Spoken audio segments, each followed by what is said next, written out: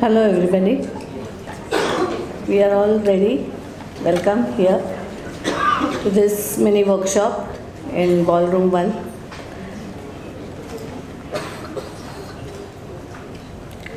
I request Lorna and John can we give them an applause first?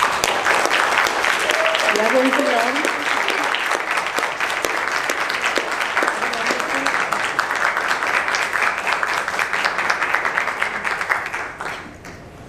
We are going to get a lot of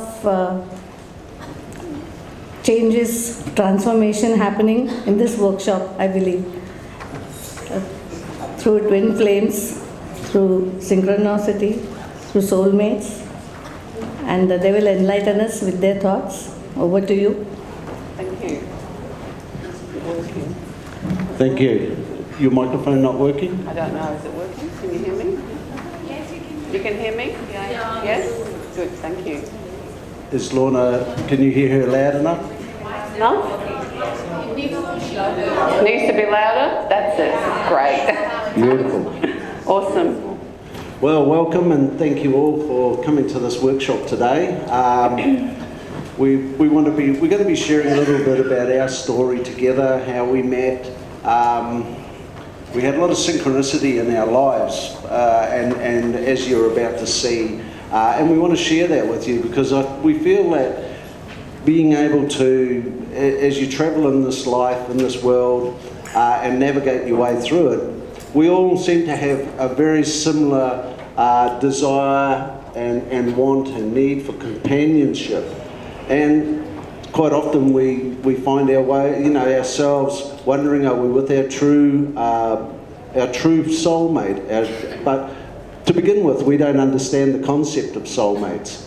And I think we then start to wonder when we do, are we with our soulmate or are we with our twin flame? And it becomes very important to us. And for a lot of people, it can become a nagging doubt in the back of the mind. And we often have people say to us, I don't know if the person I'm with is really my twin flame or are they my soulmate, or they don't understand the concept of they may meet many soulmates in their lifetime, or their particular twin flame in a past life could be somebody totally different, could be playing another role with them in this lifetime. So that's what our talk is based around today. Lorna's going to be doing a major bit of this today because this is her particular field of interest as well, and she's currently writing a book on that and developing more research as she goes along. She seems to keep meeting more and more people that have twin flame connections or soulmate connections, and she's conducting regressions with them and recording the case studies to go into the book. So also, if anybody here has that strong connection in their lives, we're very interested to hear that. If we don't get an opportunity to talk to you after the workshop, because there is only limited time, please have a look on our website, Soul Regression Therapy, or Spiritual Regression. They're both .com.au, and send us an email. And we can communicate, and we'd be very interested in gathering stories, and especially ones that have strong synchronistic elements to them. So I guess I'll hand over to Lorna and we'll get this show on the road. How do I work that? No, I don't need that. Okay. I need to stand up so I can see the PowerPoint. So the theme of the conference yesterday and today is spiritual co-creation. And when we were invited to come along here for this weekend, I was trying to work out, well, how can we tie a topic that's relevant to us that we can share at the conference. Then I'd realised that I've been putting together a book over the last probably about nearly 2 years now, since we're in at the Delhi C5, and the topic was twin flames, synchronicity, and soulmates. So I realised that that was very much connected to this theme of co-creation, because as soulmates and twin flames, which we all are, soul friends, we all help each other to co-create our lives, and that's why we have been here. You know, we've come to Earth into reincarnation, not just to learn about ourselves and our own lessons and to resolve karma, but to help others, each other. Because the true soul purpose is to help humanity to evolve, obviously, and in many dimensions, not just Earth. So I'd already started to write my book, so what I'd already put together was enough for us to put together this this talk, and we've had to sort of condense it all. So that's what it's about, and that's how it came about.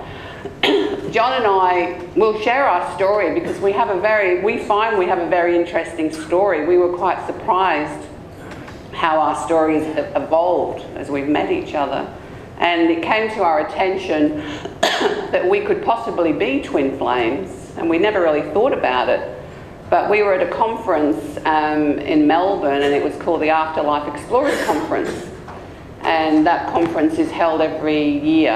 And we arrived at the conference, and that evening there was a talk at one of the little spiritual churches. So we caught a little bus, and we were in the bus, and you know, some of the other guest speakers were in the bus. And the organiser, and she didn't really know us that well, so we started chatting with her and telling her about our story and who we are. And she goes, "Wow, you sound like you're twin flames." You know, and I'm like, wow, I don't really know. But we've had a lot of synchronicities and a lot of strange things have happened. Something we'd never considered at all in the past. We were just living our lives, enjoying doing what we do. But she said, look, we're looking for speakers for the next conference in Byron Bay. And would you be interested in talking about soulmates and twin flames? I said, well, maybe we will. I'll have to do some research, and I didn't know a lot about. I knew a lot about soulmates and soul groups because through the work that I do with the afterlife regression and the past life regression, but the twin flame concept was pretty new to me. So we went away and did some research, and I thought, well, it sounds like if there is such a thing, then yes, we probably would be. And so yes, we said, yes, we'll do the talk, which we did. We did that talk. It was similar to this one here today. It was about for the same time. And it was a similar topic, which prompted me to start writing the book. It's interesting how once you start to research something, all this information comes forward and you start to have all these insights about yourself. And it also helps your own soul journey and evolution as well. So that's how it started. Now, I need to move forward. So, spiritual co-creation. So let's just have a little look at what that actually means.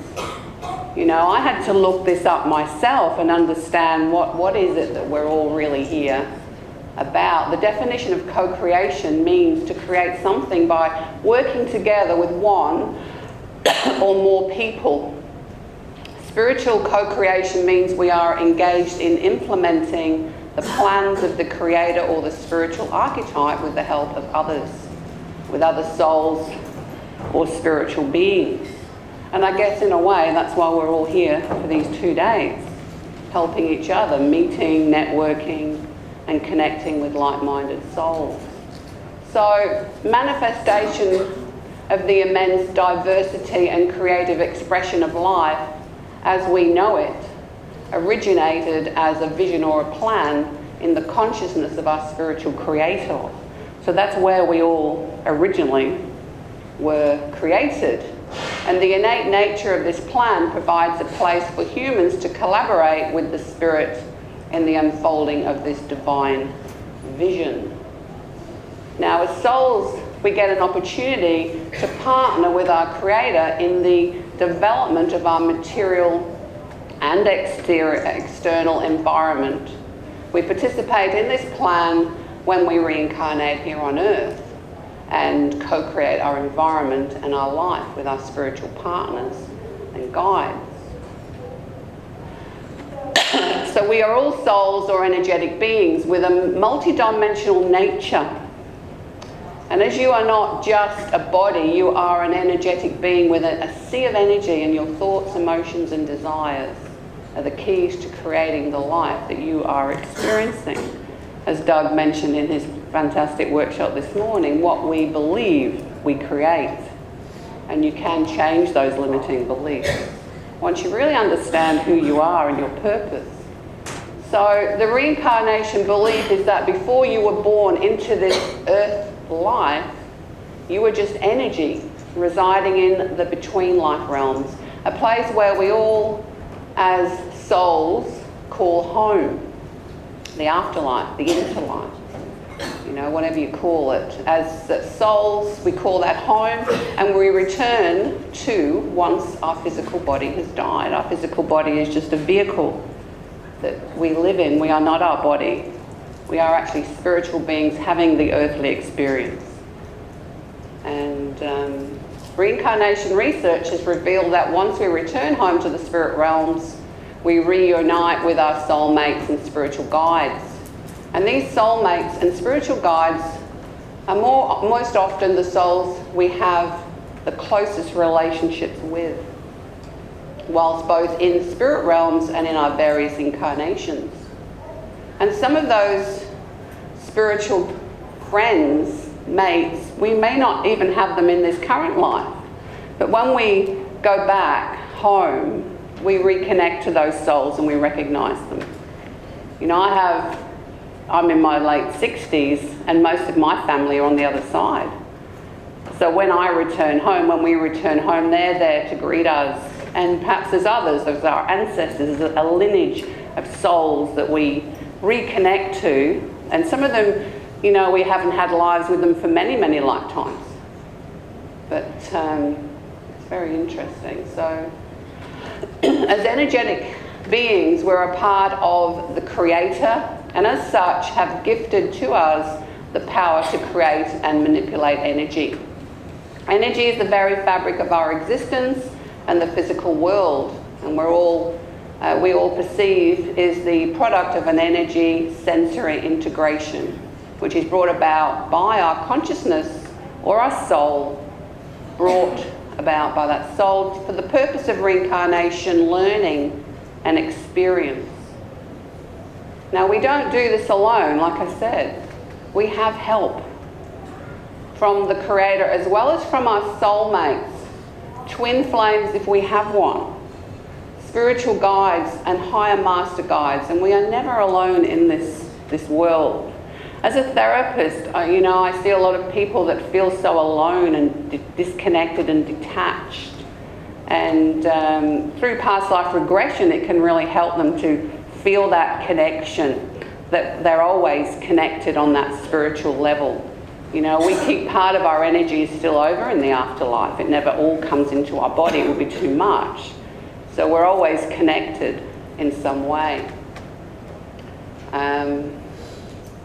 So when our beliefs and feelings are aligned with spirit, when they are in sync with the divine nature of the Creator, then what we co-create is something that fills us with peace, and something is love and joy, and makes living worthwhile and enjoyable for all life, not just for one person or individual.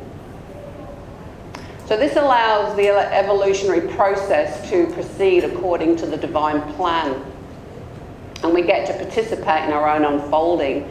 And we benefit directly from this by growing into our divine nature here on earth and growing to our higher true selves. Like I said, most people are disconnected to their true higher self. And I think that's the goal through meditation and past life regression, is to reconnect to that part of us, that all-knowing part, the true higher multidimensional self.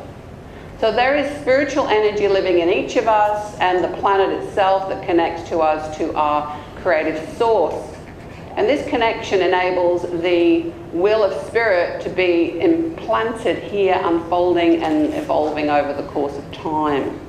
By consciously making connection with our indwelling spirit, we begin to glean what is our sacred purpose. And we all have a sacred purpose, otherwise we wouldn't be here.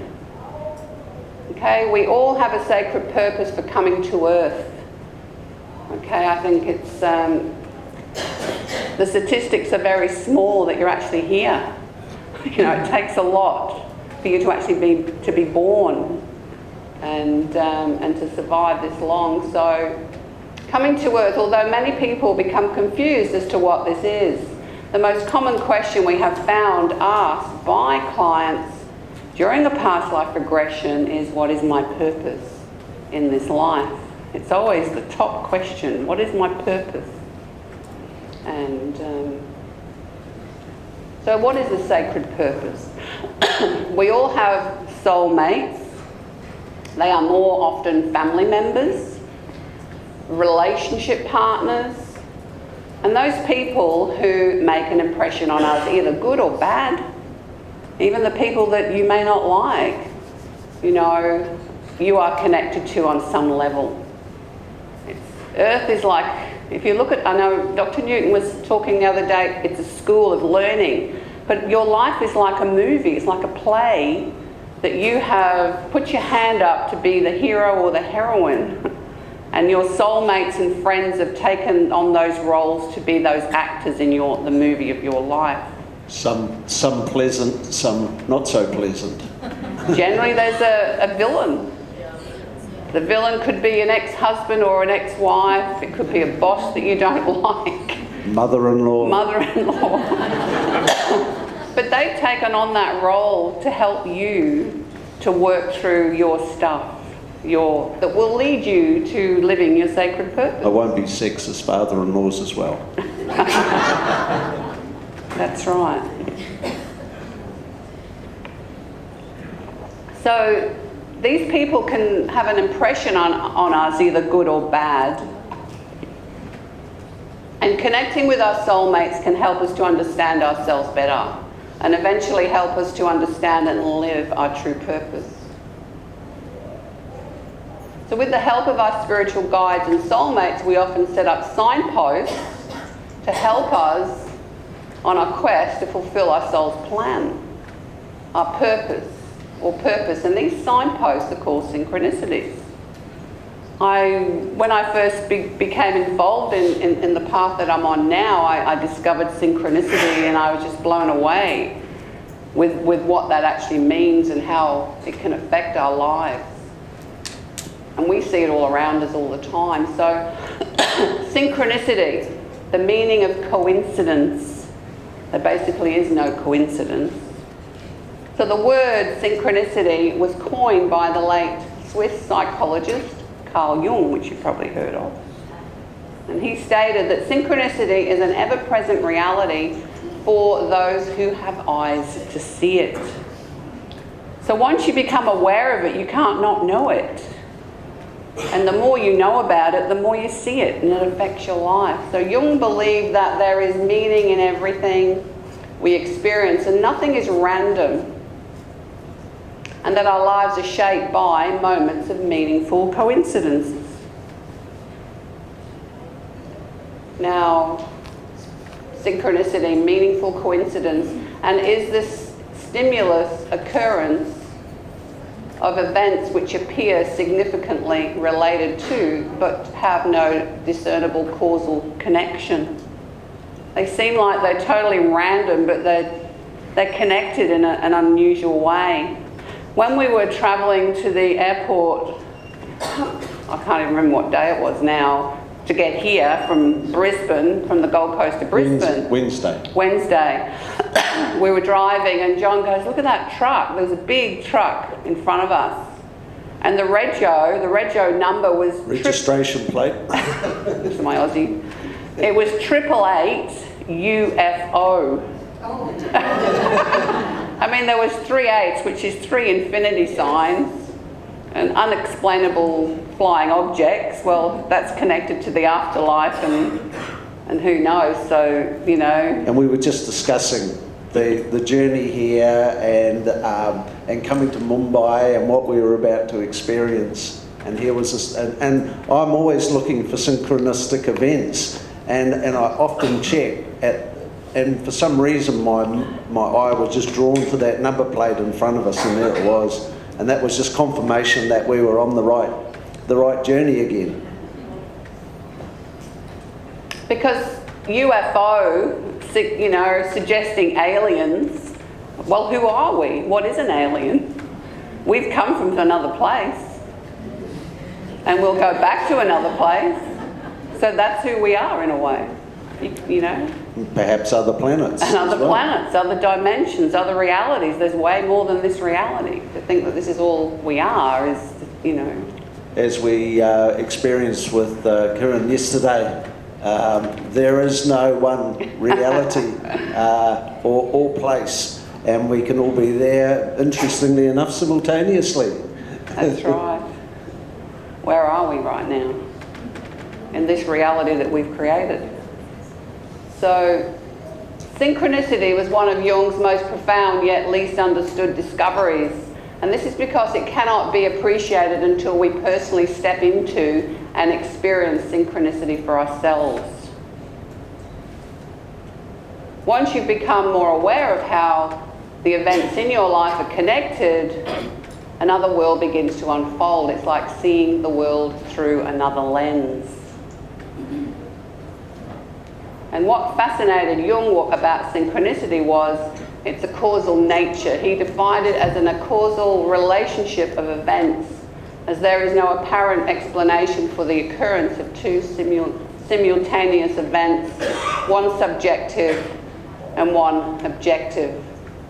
And he talks, if you've read about his book, in his book he talks about the lady that he was doing therapy with in his room, and she was describing, I think she was describing maybe a past life in Egypt. And the next minute he looked out the window and there was this scarab beetle crawling up his window, you know, and like that, there's the synchronicity. How could that happen? Because the scarab beetle is Egyptian and it was connected at that point of time. So it's working out the meaning, and the meaning can be, you know, quite deep or just very simple. So further adding to the mystery, Jung noted that synchronicity has special meaning for the person who experiences it. And this implies that unknown forces in our universe have the capacity to make visible in the world of concrete form the contents of the invisible realms of consciousness. So we get to see it for ourselves. And we're all looking for proof, you know. And I find that synchronicity can just give you that aha moment, that connection, you know, well, how could that happen? And John and I have some amazing synchronistic stories that, you know, has led us to realise more about our purpose and why we met and came together. So perhaps some of it, if not all in this room, some of you, if not all, have experienced coincidences that defy the laws of probability.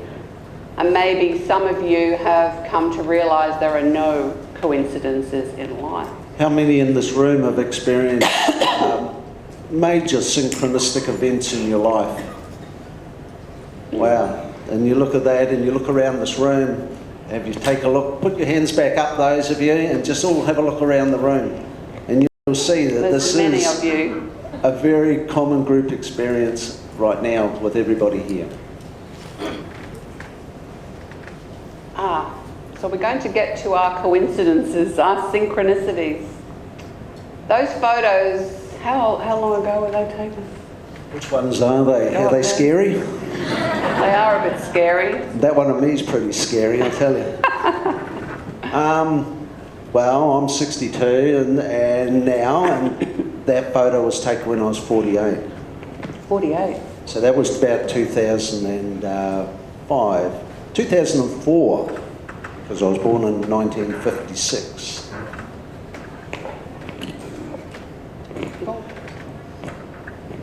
You can tell your story. Okay. Well, this guy here, as you see, is called Tall Guy. And Tall Guy thought, I'd moved to Australia, and Tall Guy thought, well, he wants to meet somebody. How do I go about that? And this was in the early days, well, pretty early days of the internet, but, you know, there was Windows 2000 was around then, or just arrived. And so I went on my friend's computer and I went to a website and I thought, what's a good name? And so I came up with this name, Tall Guy. Well, I thought it was good at the time. It was anyway, and there's a little keyword underneath there, underneath my I'll call it my handle, was is there anybody out there? Because I wasn't sure that there was anybody out there that I was going to find commonality with. Because I'd done a lot of reading and a lot of soul searching and self-development work. I've been to expand a little bit more on my story. I suffered at the age of 24 years old. I suffered a back injury, and which required surgery a year later. And then I had 10 years after that. I returned to the building industry after the first operation. The second, 10 years later, I had another surgery, prolapsed another disc in my back. And subsequently, 10 years after that, I prolapsed another disc in my back. So I went through a lot of chronic pain and so forth in my life, and ups and downs with relationships, and marriages and so forth like that. But I'd reached a stage in my life where I started to look inwardly at myself rather than looking outwardly at the world. And maybe when you have a lot of pain in your body, it's very, very easy to blame anything and everything around you rather than taking a look, an introspective look at yourself. So this is what I started to do, and I joined we have men's workshops are quite starting to arise, a strong men's movement, getting men to have a look at themselves and to talk about themselves, and rather than just talk about maybe with an Indian flavour, say how the cricket team's going, or in Australia it's how the rugby team is going. So men start to discuss other topics such as how they're actually feeling inside, and so I started getting into that work, and that's what led me to make the move out of New Zealand and go to Australia. So getting back to Tall Guy came on the internet, and next thing I was looking through all of these photos and nobody really caught my eye. And then all of a sudden up came this photo, and I forget, I can't remember what your name was. I think it was Bohemian Mystery or something. Bohemian Mystery. How does that sound? Doesn't that sound? That sounds. Yeah, anyway, that caught my eye. The photo caught my eye, not the name. And I sort of looked at the person and I thought to myself, wow, she's nice. And I thought, hang on, what's that in the background? And I started looking at these paintings. What's that one there with it's the famous one with the sword? Accolade. And then I sort of started looking here. There's this mirror and there's this lamp, and in the background there's a staff, a Celtic staff, and I looked here, and here was a zodiac tablecloth, and that caught my eye, and I thought, this lady's sort of along my line of thinking. So I sent her an email through the website, and wow, she came back. She sent me, and next thing we started chatting. In those days it was on MSN. That's gone now, I think. But we started chatting on MSN, and then we met. And the first night we met at a place called Garden City, which is a shopping mall in Brisbane. And I met Lorna, and as she walked towards me across first of all, she was hiding behind some doors in a movie theatre which had blacked out windows, and I couldn't see in, but she could see out. So she was checking me out to say to either, oh yeah, this guy's okay, or am I going to run the other way? But anyway, she decided, thankfully for me, she decided that she was going to come across and meet me. But as she walked towards me, our eyes met, and she had this wonderful smile, and we embraced and hugged, and it was just like this spark, a connection. And we just met for a cup of coffee, but 6 hours later we were still there talking, and it was midnight. Yes. And we thought, wow, we better go home. So that was our initial meeting, and then we organised to see each other again. We did. And I was actually a tarot reader then. This is back in 2004. And John was living close to where the market was, where I was reading on this spiritual, new agey type stall with crystals and so on. And he came along to see me because I said, oh, this is what I do. He's really fascinated. And he came along and said hello and so on. And evidently you went over to the crystal table. I did. I went and and you picked up that crystal. Yeah, I went and saw some crystal. There was a little stall with some crystals, and I went and I picked up one, and I thought, well, I like this, and then I put it back, not intending to buy it. And then before I left, I thought, oh, these crystals are really pretty, I might just buy John a crystal. And I saw this, I picked up the crystal, and then we were meeting that evening, and I said, here, I've got this crystal for you, and it was the one he picked up. So there's a little more synchronicity, all these little signs of... An early one. Yes, yeah. That's right. So, and I mean, our relationship obviously developed from there. But the more we got to know each other, the more the synchronicities, the biggest synchronicities started to unfold. And these photos are of a partner, Brian. I was actually engaged to Brian when I was 17 and he was 21. And he was from London, and I had emigrated to Australia when I was 15 with my mother, because my father had passed away when I was 15, and I'm an only child. So we emigrated to Australia from a seaside town called Blackpool in England, and my mother's sister had emigrated 8 years prior. So because my father had passed away, she decided that we'd have a fresh start in Australia, which I saw it as an awesome adventure, and I really look forward to going there. But I hadn't been there very long when I met Brian. He was another immigrant who'd come from London. He was a few years older than me, and he was always interested in people who had just come out from England because he wanted to know the latest fashion and the music of the 60s and all the stuff that was going on. And we clicked really well, which led us to becoming engaged to be married. But it didn't turn out that way. And he actually broke off with me for this other girl. Now, obviously, I was absolutely devastated. I was only about 17 when we were engaged.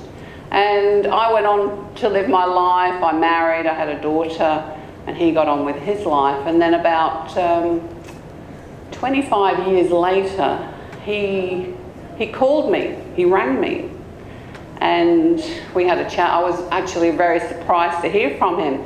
However, the point he rang me in my life, I was not happy. I was unhappy with my life, relationship, and I just had back surgery. John and I have a connection with the spinal surgery as well. I'd had a double fusion in my back because I'd had a few horse accidents, and different things in my life, and I didn't really know how my future would go, but the surgery seemed to relieve a lot of the pain that I had experienced, and I was feeling actually really good. I'd lost a lot of weight, and I was, but I wasn't happy in my relationship. So he just rang me and invited me to go to it was supposedly a reunion of people that we'd known years ago in the 60s. But as it turned out, that wasn't actually the reason why he was ringing me. He wanted to know where I was and what was happening in my life, because he wasn't happy either. And so we met for coffee and chatted, and there was still the spark. It was all still there 25 years later, and I just, So we ended up back together through different circumstances, and we were together for about 3 years. After the first year, he found out that he had cancer, he had melanoma. which was a shock. I knew it was all too good to be true. I had these insights and intuition that I'm thinking, what is going on? I had no clue that my life would change so dramatically. I thought I'd be in my marriage. I'd been married for 23 years. I had no way of leaving that marriage, and I felt really trapped. And so it was a way out for me. And I probably would never have left if it hadn't been for someone I knew and trusted, and the spark was still there. And then he found out he had melanoma, which was the worst level you could ever have. So he was given 12 years max, but he only lived for 3. And he died at home, and I was there, and so on. So it was rather a very sad story, and it was very unexpected. And while he was ill, and we hoped he would recover, I found out about Reiki. And I was going to a Reiki house where they were giving free Reiki sessions, and we hoped to get him to go there, but he was so unwell he couldn't get there at all. But I went on with the Reiki, and I felt that got me through that time. And so he then passed away, and I was at a crossroads. It's like, what do I do? This is like, I'm single and I'm 45. Where do I go? What's my life about? So I started questioning life. When I was much younger, in England, I was interested in, I could say reincarnation. I saw that movie by Bridie Murphy. I don't know if you've heard of the classic movie where Maury Bernstein regresses a lady and she goes back to an Irish life as Bridie Murphy. And I saw that movie. It was an old black and white on television when I was probably about 10 or 11. It's you can get it on Yes. YouTube if you have a look. It's there. It's an interesting movie. And I saw that and I thought, wow, there's more to this. I didn't understand, but coming from an English Church of England background, and my parents were not particularly religious, I had no one to ask. And they just said, we don't know. So I just put it on the back burner. But I was always interested in alternative things, metaphysics, unusual shows on television about ghosts and things like that. But I put it on the back burner until he passed away, and then I thought, wow, now I'm going to go and research this. What is this life, death? What is it all about? So I began to read books by, Elizabeth Kubler-Ross on near-death experiences, and eventually I was given the book by Brian Weiss, Many Lives, Many Masters. And that's what led me to becoming a past life regression therapist. Past life was what I was really interested in. And I wanted to be like Brian Weiss. I wanted to be the therapist. How could I do that? So I went and did a 5-day training course in hypnosis, and I found that I could actually hypnotize people, and it was really cool. And I went off, and my friend Wendy, who was very spiritual, and she'd been part of the Hare Krishna, and she'd done a lot of meditation and everything, and I said, well, would you be my subject? I want to practice this past life regression on you. And I copied Brian Weiss's regression out of his book, and I took her into a past life, and she went straight to this life, and there was tears and the story, and it just blew me away. I was looking for evidence, and I got it that day because I know my friend was 100%, that was it was a past life. I couldn't do therapy with her or anything because I didn't really understand what I was doing.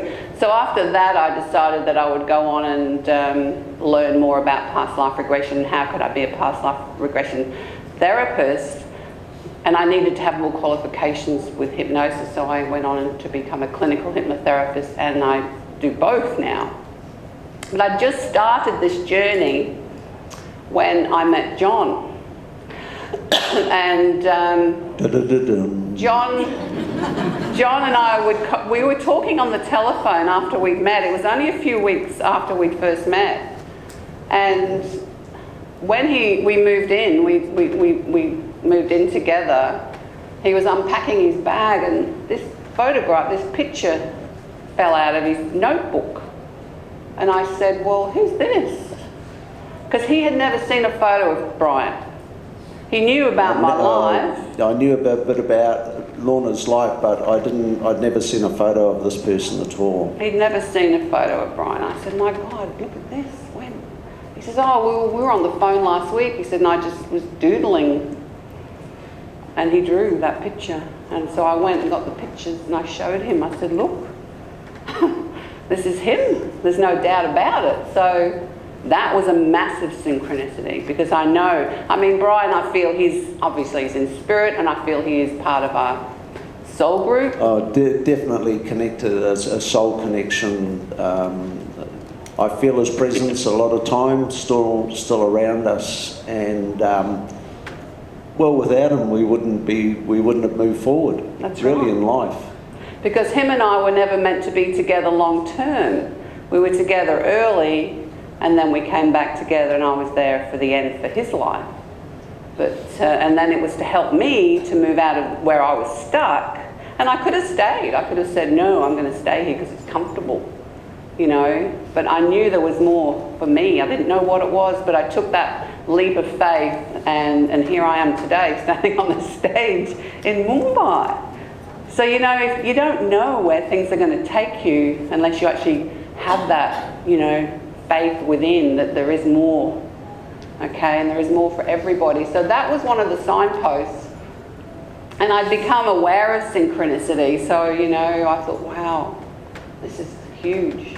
You know, this is a big thing. So synchronicities, a signpost we set into place before we reincarnate, so that we will recognize our soul mates or twin flames. And that was a big one, you know, to say, well, he's now part of my soul team on the other side, both of us. Now, these pictures, the one on the left is Hillcrest Cemetery in New Zealand.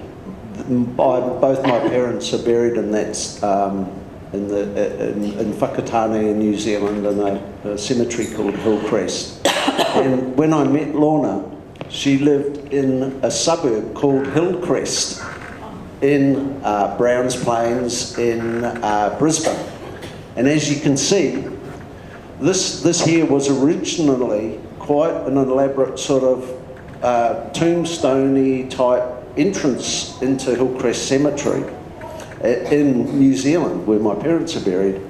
And this is the plaque as you go into Hillcrest in Brisbane, very much like a tombstone marking the suburb. So again, we saw a synchronicity. This was just in our travels over to New Zealand. Yeah, we went to New Zealand for a holiday together, and he says, I'm going to take you to my parents' grave, and then we can go and visit their graves and take some flowers. Just to pay respects. As you do. And when I saw that, I'm like, oh my God, that's...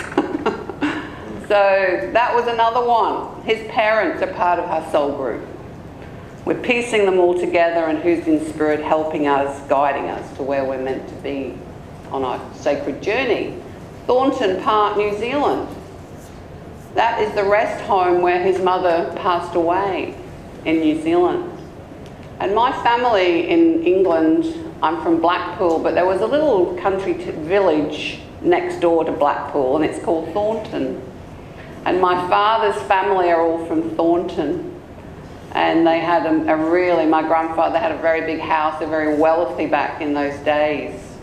And there was the connection when we drove by. He didn't tell me about that. He just said, oh, that's when my mother passed away. And I went, what? Thornton?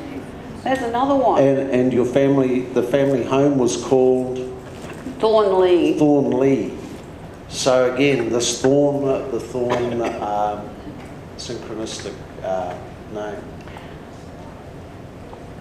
But there's more to the Thornton and to the English connection, because once we got to know each other, and I told John my story of coming to Australia from England, and I'm from Blackpool, which is in the Shire of Lancashire. And John's father is from Preston in Lancashire. And his father... Just 20 minutes from Blackpool. 20 minutes from where I was born. And his father was in the Marines? Royal Marines. The Royal Marines, and he emigrated to New Zealand as a young man, recently young man, and met John's mother. So John was born in New Zealand. But John's father was he was a builder, Yeah, he was a carpenter joiner, and from a family of tradespeople, and they had a business in Preston in England called John Jackson and Sons, John Jackson was my great grandfather. So no, he was my great grandfather. Sorry, and they had a family business, John Jackson and Sons, and Lorna's. Was he your? My grandfather was John Fish. Was John Fish an architect in the same town? Now, in those days, Preston was only a small town, and so my family, no doubt, worked or supplied goods to the architect's designs, and though we have not researched that part, next time we go back to England to visit, which we intend to do, we're going to go through the records and find out some connections. But we have the connection that my father passed away and I came to Australia, and John's father passed away in New Zealand, which enabled him to come to Australia. Because he looked after, his father lived till be in his 70s, and it was and his mother had already passed away, so then he was free to move on, and he came to Brisbane. He felt this urge to come to Brisbane. You always wanted to come there, didn't you? Yeah, and that was the other connection. One time I'd been to Brisbane to visit friends in 1992, and I didn't know it at the time, but I was a single parent with two young boys, and I brought one of my sons with me over to visit some friends, and I was just staying around the corner from where Lorna lived before she'd met Brian, and I was driving past her house every couple of days, and didn't know she was there. So it's like the sliding door effect. We weren't meant to meet at that time in that place. That quantum. But after that, when I went back to New Zealand from 1992 until I came there in 2004, I had such a strong pull to always return to Brisbane. And when I made up my mind to go and live in Australia, it was straight to Brisbane.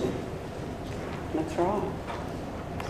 So the synchronicities have been piling up for us, and the phenomena of synchronicities are meaningful events, and once we learn to interpret them, they can help us to be more accepting of events and happenings, good and bad, and to go with the flow of life. So in a way, that it helped me to understand my journey and why Brian had come back into my life.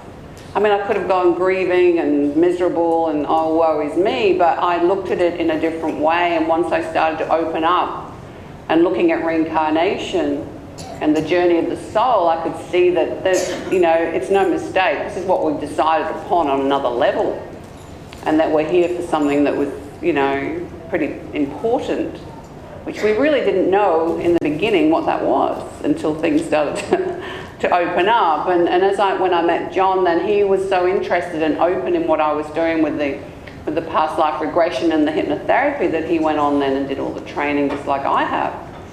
And we've both been trained in the past life regression and also in the Life Between Lives with the Michael Newton Association. And I was also a training assistant on the course that you were part of in Melbourne.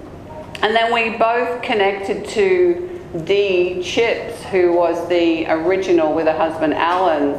They formulated the first training course for the Michael Newton Association, and it was through them that Michael Newton actually began training it. Before that, he only had the books and he wasn't really interested, and they put it all together in a training format and began training it. So those of you that are friends with Lorna on Facebook, there may be some of you in the room, every now and again you'll see Dee Chips. She puts these little comments on Lorna's Facebook, but she was one of the early founders of the Life Between Lives work back in That's right. 1999, 2000. With her husband Alan, but Alan sadly passed away, and then she trained the last training course in Life Between Lives in Virginia.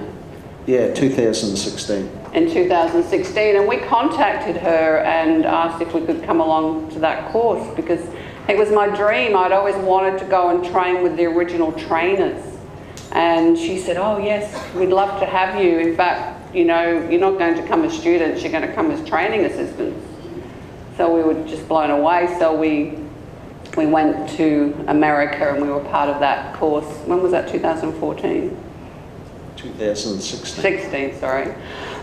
But more synchronicities happened because of that journey as well. We'd never been to New York, and I wanted to go there, and we only were in America for a short period of time that we could get away. So we had a really cool travel agent who tried to get us, you know, to New York for a day, and we had tickets booked and everything. And I was on the internet, I was on Facebook, and I've always been a fan of Edgar Cayce, because when I began this journey, I found some books by Edgar Cayce, and it was absolutely fascinating. You know, he's a sleeping prophet, and he's, you know, done a lot of healing and connecting to the Akashic records and past lives and so on. So I was on Facebook, and there was a news feed came through about they were opening up, their association premises were being moved in New York, and they're having an opening day, and it was in Manhattan on this particular day. And I said to John, I think the dates might be the same dates that we're actually going to be there. And when I checked, we were going to be in Manhattan right there, and it was like 3 blocks away from where we were going to be. So I emailed them, and they said, oh yes, please come along. So we did some sightseeing in the morning, and then we could walk there, it was so close, and it was just amazing, wasn't it? And the training we were going down to North Carolina to do, the Life Between Lives with Dee, her husband Alan had been president of the Edgar Cayce Society, yes, in Virginia Beach, Virginia, and he has when he passed away, the Edgar Cayce Society honoured him with a beautiful seat with a plaque that sits outside the Edgar Cayce Society building, and so we saw that as Alan's influence with us to give us that opportunity to meet with those people, because we weren't going to have the time to do it down in Virginia itself. No, and we were fortunate to see a 4-hour talk, part of that with a fellow called Sidney Kirkpatrick, who had written a biography on Edgar Cayce, and he was doing a talk that day, so we were privileged to meet him. And he was actually hoping to get his book made into a film, and he had actually he'd had a meeting with Steven Spielberg to get this, because he was also a movie producer, wasn't he? So there was all these little synchronicities in our journey together, directing us to where we are today. And with Alan passing away, we used to show that video when we used to train our course. There was a video of him regressing this lady into a life between lives, and we used to show that. So we feel that there was a strong connection with him being in spirit, that he was guiding us along the way. And so once you become more aware of the synchronicities that happen in your life, you'll be aware that they happen more often. And Deepak Chopra, he's written a book called Synchrodestiny. It's very good. If you haven't heard of it, it's well worth reading. Yes, Synchrodestiny. You can set an intention that synchronicities will happen more often by setting an intention that you will experience at least one a day. You can set that intention and notice they'll show up. Once you begin looking for the synchronicities, they'll be very subtle at first. It's like anything that you, if you want to become more aware of them and get better at seeing them and analysing the deeper meaning, you have to practice. And it's like anything in life, practice, practice, practice, and it will the synchronicities will start to appear more and more in your life, and some of them are super powerful, and they're your little opportunities to, if you grasp those synchronicities, they can be life-changing, major. So by their very nature, synchronicities demand our active participation, as they are not something we can just passively watch and remain unaffected by. So astrological synastry is a fascinating art of relationship astrology, and can be a good indicator of karmic relationships and how to recognise your twin flame. Okay, John and I have had a synastry relationship chart done by an astrologer, And we have lots of connections, heaps of connections. And not just our own connections, but John's ex-wife and my ex-husband both have the same birth date. Not year of birth, but date. Birth date and month, exactly the same. And that was another like, what? How could that be? Because they're part of our soul group. And we recognise them because of these synchronicities we've set up in soul, in spirit, so that we would know who we are if we were awake to see it. So I guess synchronicity, once you understand it, it helps you to really wake up. Okay, we also discovered we share the same moon sign of Libra. John's a Gemini sun. The Libra and moons are terrible because neither of us can decide when we want to go out, where we're going to go, or what we're going to wear. That's it. His birthday's the 18th of June and mine's the 17th of August. I'm a Leo. My sun is in Leo and I have a Scorpio ascendant. John's Gemini sun, if you know much about astrology, his sun is in the house of Scorpio, the 8th house. So we've got some powerful planets happening. So when family members share similar birth dates and astrological charts, this is an indication that they're part of the same soul group. Okay, if you wanted to check that with your family, you will see that they will connect on many levels. John's daughter is, she's a Sagittarius and John's ascendant is Sag. My daughter is, she has Scorpio ascendant just like myself. Both Lorna and I are only children Yes. of our parents' relationships, and Lorna has an only child. I have an daughter. only child, yeah. But he's got 4, he changed. So astrology is another way to look if you're wanting to go a bit deeper into that. You can have two people with very different charts that when you put them together, combined, their chart can look really can be powerful. And this would be a situation where people are better together than apart. Our charts match. John may have some challenges or weaknesses, I have the same, but together he can do the things that I can't do, and vice versa. Sometimes Lorna is both my left and right leg. Without her, Well, she we provides wouldn't be a lot of here stability today if we weren't together, because it's all part of as working as a team. So, so did you want to do this? The history and mythology of the creation of souls. So we like to cover this as well because it will help you to understand a little bit more about soulmates. Yeah, it may be familiar to you, but we'll just quickly cover through this. The concept of soulmates and twin flames is not new age, but an important part of the creation myths from the ancient past. So the ancients teach that in the beginning God had no form or colour, nothing manifest, and was divine emptiness. So the theory and belief of reincarnation suggests that souls were created by the God creator or the source for the purpose of experiencing and creating, with the purpose that we would move away from the point of creation, and once we evolve into our divinity, then return to our point of origin as perfect beings. So the first known text to refer to the twin flame concept was in the Symposium written by Plato. And also Edgar Casey's Atlantis readings describe being named Amelius as the first soul or entity that God created. He's well worth researching, Edgar Casey, because he was just such a brilliant man and had so many confirmed synchronous events. There was one where, Lorna, you know the story better than I do about the oilers. The pharmacy. Yes. What were you telling? So a boy was, in one of his readings, Edgar Casey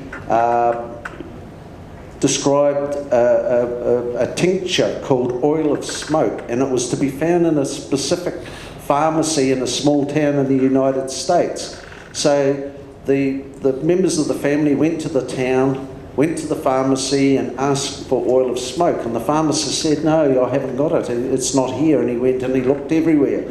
So they went back to Edgar Cayce and they said, no, there's no such thing as oil of smoke.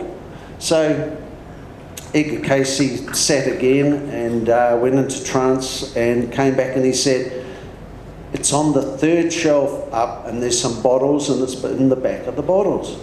So they went back and the pharmacist said, well, I've only just recently bought this place. I'll go out the back and have another look. And sure enough, he climbed up on his ladder. He went up, high up on the third shelf, and behind this bottle was this old bottle containing this oil of smoke, which they then took back and gave to the child. And yeah, he was cured. Yeah, and it cured him of his ailment. So, and the other wonderful thing with all of Edgar Cayce's work, it was all written and recorded, and those files still exist today at the Edgar Cayce Association Centre in Virginia Beach.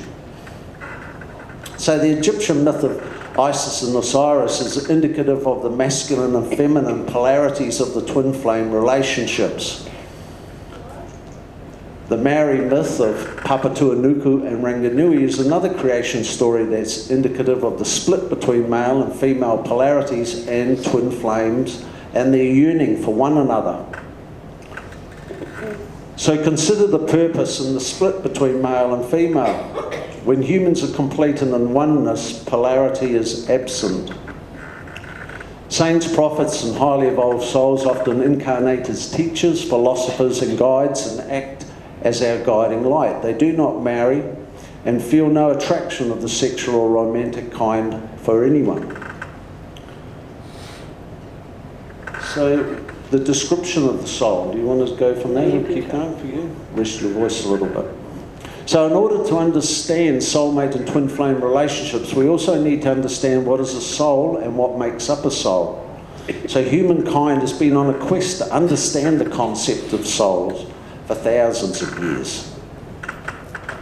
So the soul is the core of your being. It is eternal, it doesn't exist in space-time, it's a field of infinite possibilities, infinite creativity, it's your internal reference point with which you should always be in touch. And that was written by Deepak Chopra. The dictionary defines the soul as being the part of a human that's regarded as immaterial and mortal, separable from the body at death, the part of a human when disembodied after death. The soul represents life itself and the part of the body that is living. And when the soul leaves the body, dies. Most religions view the soul as being immortal and continuing on after the body is dead. But what exactly is the soul? And can we define it?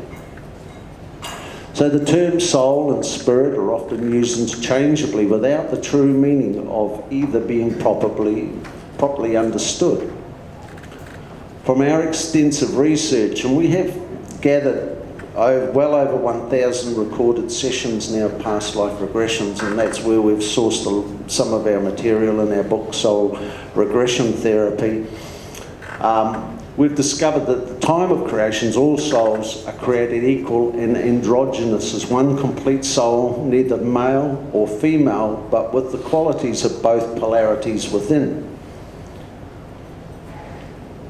And just touching on that for a moment, further with the research into soulmates and twin flames, and we're seeing more and more. We're seeing a changing in the world towards more and more of evolving back to the soul state of androgyny. There is, especially in the Western world now, there's just more and more. There's gay marriage has been legalised in England, Australia, New Zealand, Canada, I'm not sure, but there's a shifting, a global shifting, and I believe it's being based at a very spirit-driven level. So there are two guides waiting for me. They're like two, but one. They're masculine and feminine, but both neither.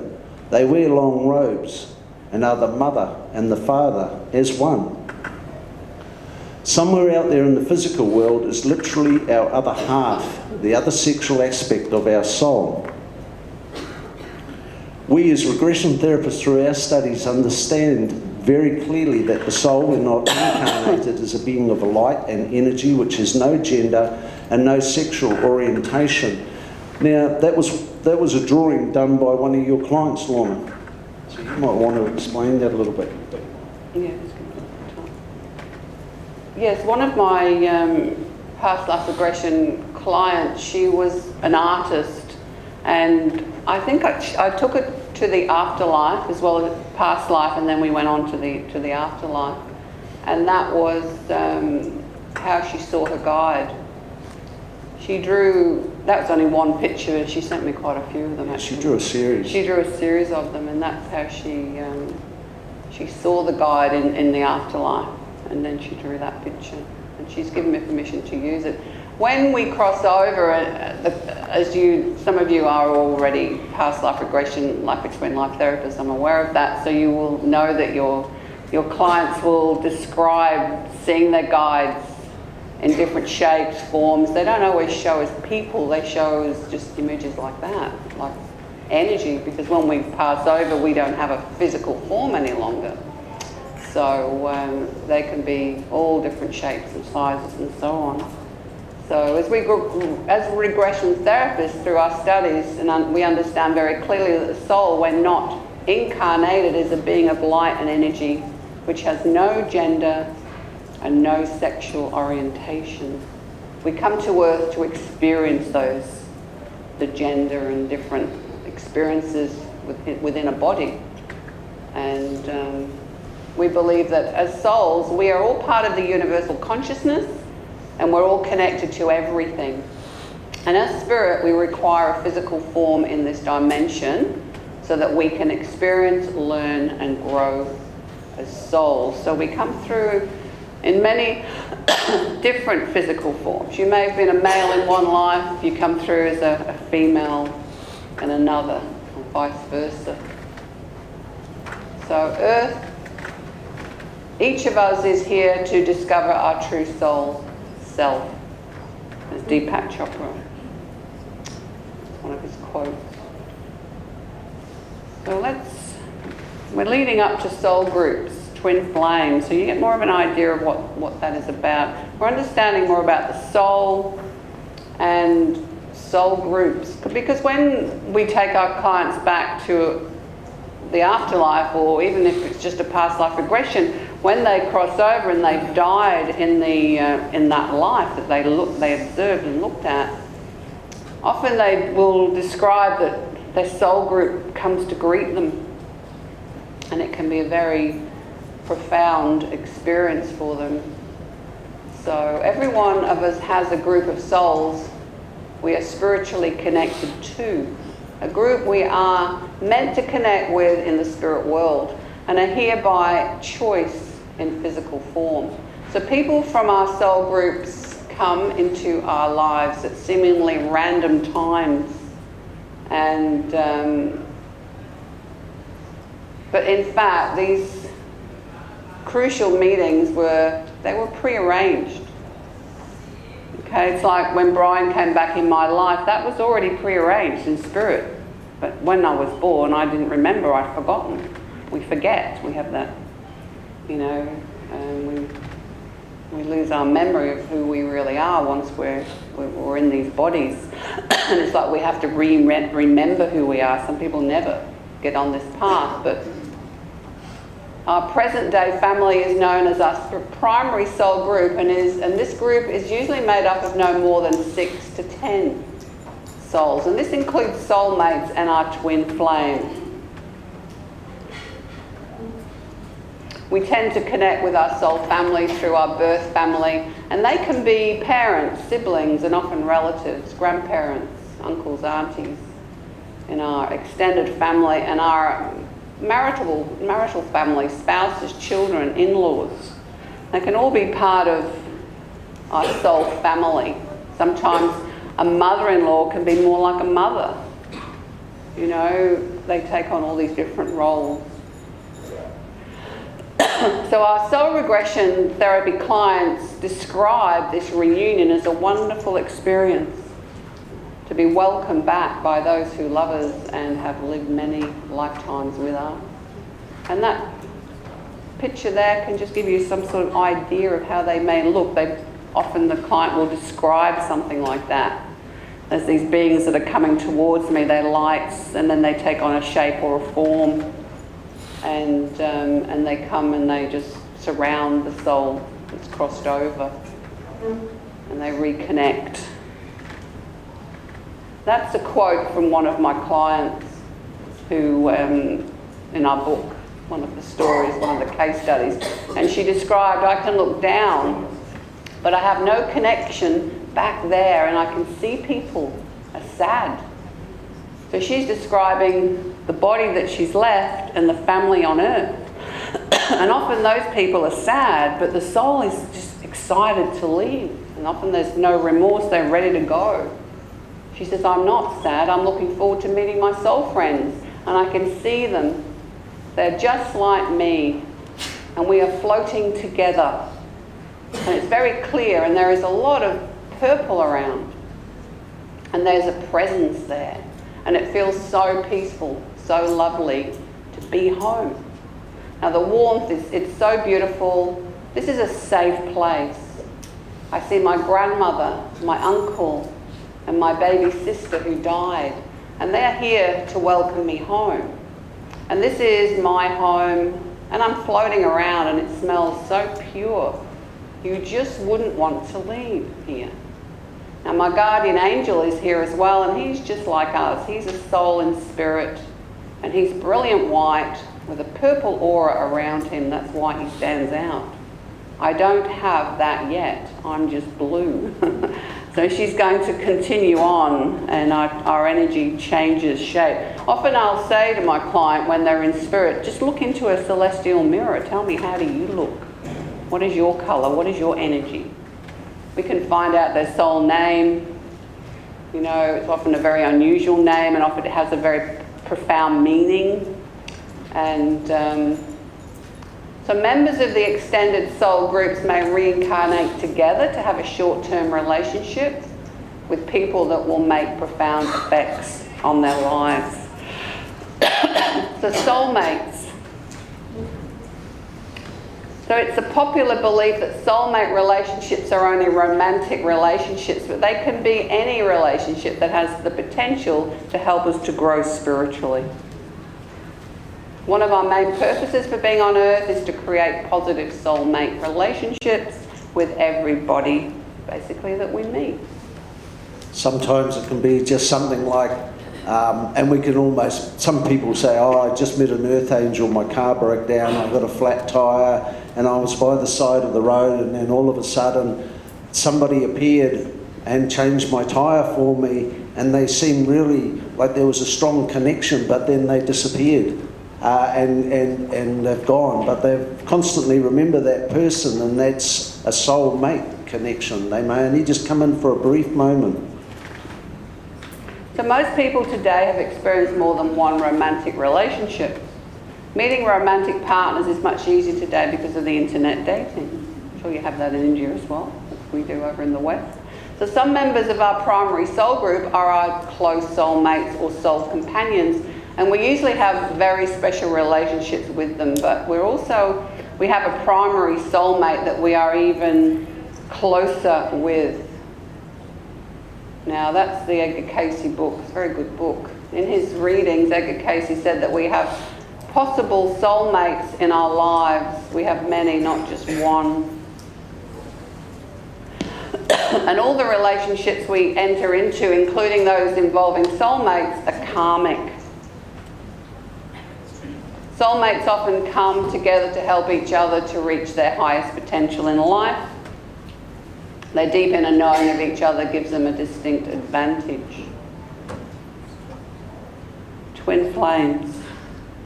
Now there's lots of information on the internet and so on about twin flames, but I did a little bit of research, and I'm not an expert on it, but this is just briefly what we came across. So amongst the large family, we will we will be several pairings of twins who would have travelled together. Now their journey apart will probably be the hardest to endure, because subliminally they will always be looking out for each other in another dimension.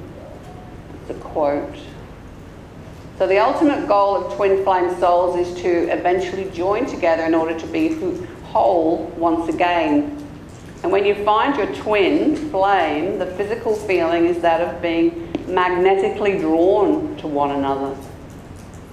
It is a different energy. Twin flames reincarnate and stay together in their final incarnation in order to complete their divine purpose, which is more often to help humanity in some way. Generally, they stay together when they're evolved enough or sufficiently to fulfill this, to co-create together. Sometimes we encounter our twin flames.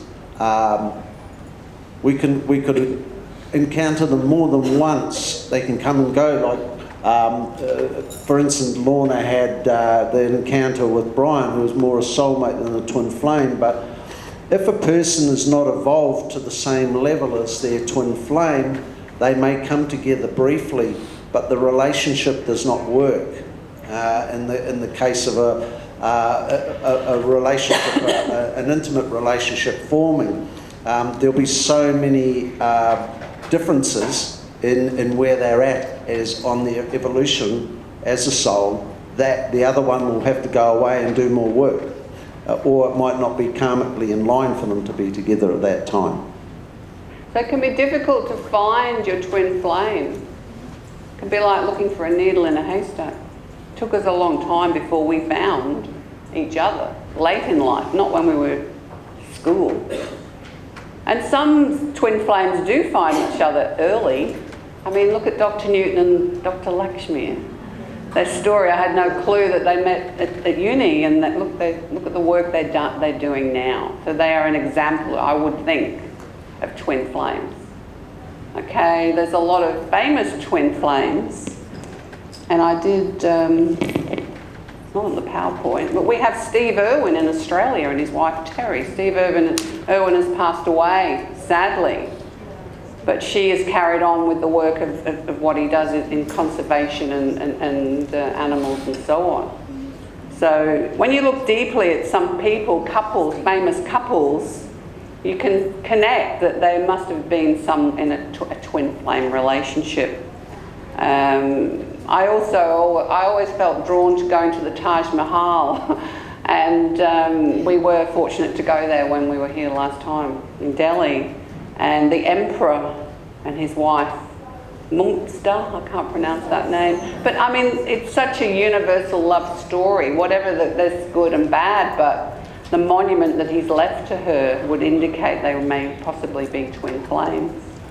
John Lennon, Yoko Ono, you know, and Prince Edward and Mrs. Simpson, he abdicated to marry the love of his life. There's Prince Charles and Camilla. I mean, he was married to Diana and tragically she passed away. But they are together now, which they couldn't be together young. So there's lots of soul stories happening. And we can never know what those people are learning and experiencing and why. But they're indicators that they are possibly twin flames because they have an impact on the world in some way. So finding your soulmate is much easier than finding your twin because there are many more of them.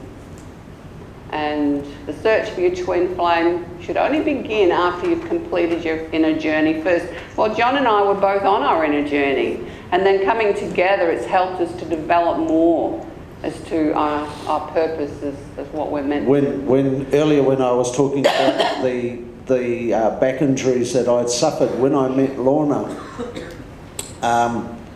she was already practicing hypnotherapy, and I was suffering from chronic pain, and I used to, if there's medical professionals or people that understand the type of drugs you can get into with chronic pain, I used to carry tramadol, which is a pseudo-narcotic. I used to have one in my wallet just in case I needed it. I wasn't a constant user of pain relief, but I suffered from chronic pain syndrome.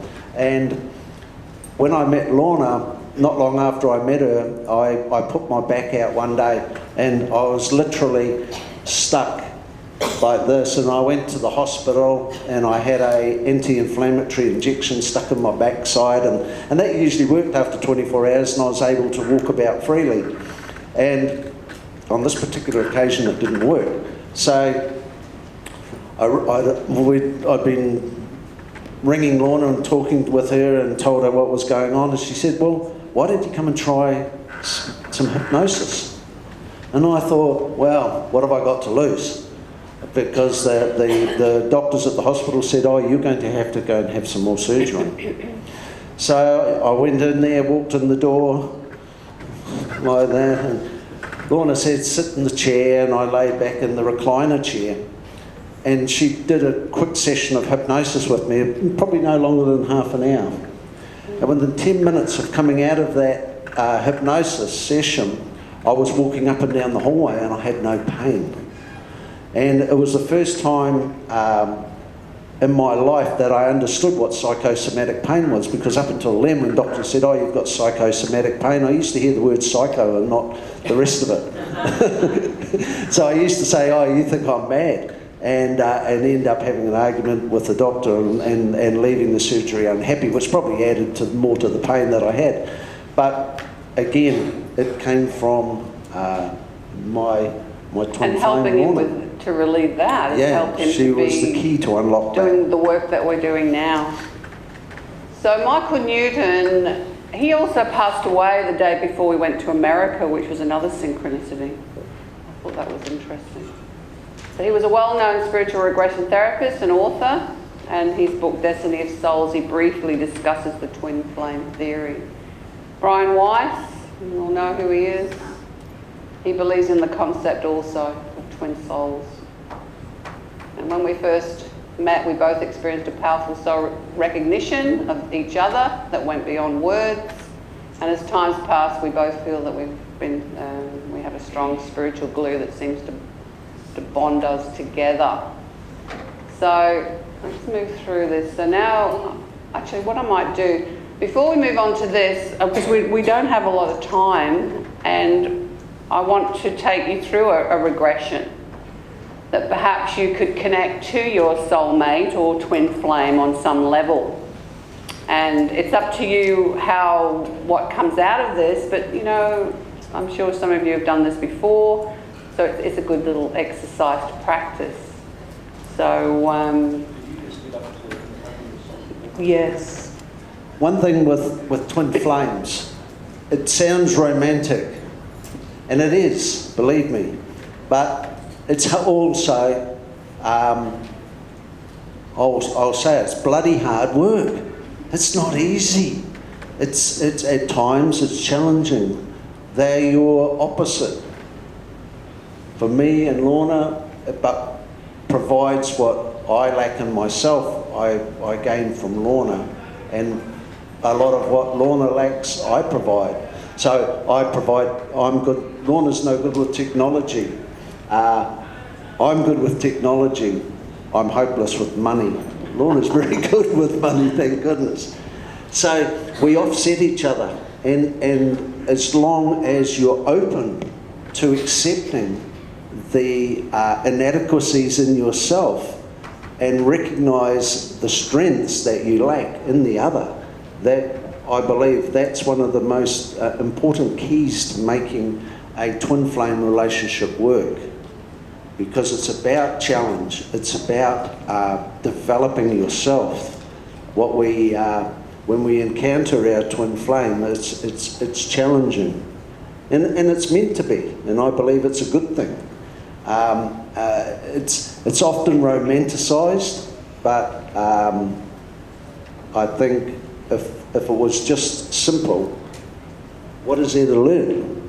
What is there to learn from it? What advantages do we have as souls experiencing this life here on Earth?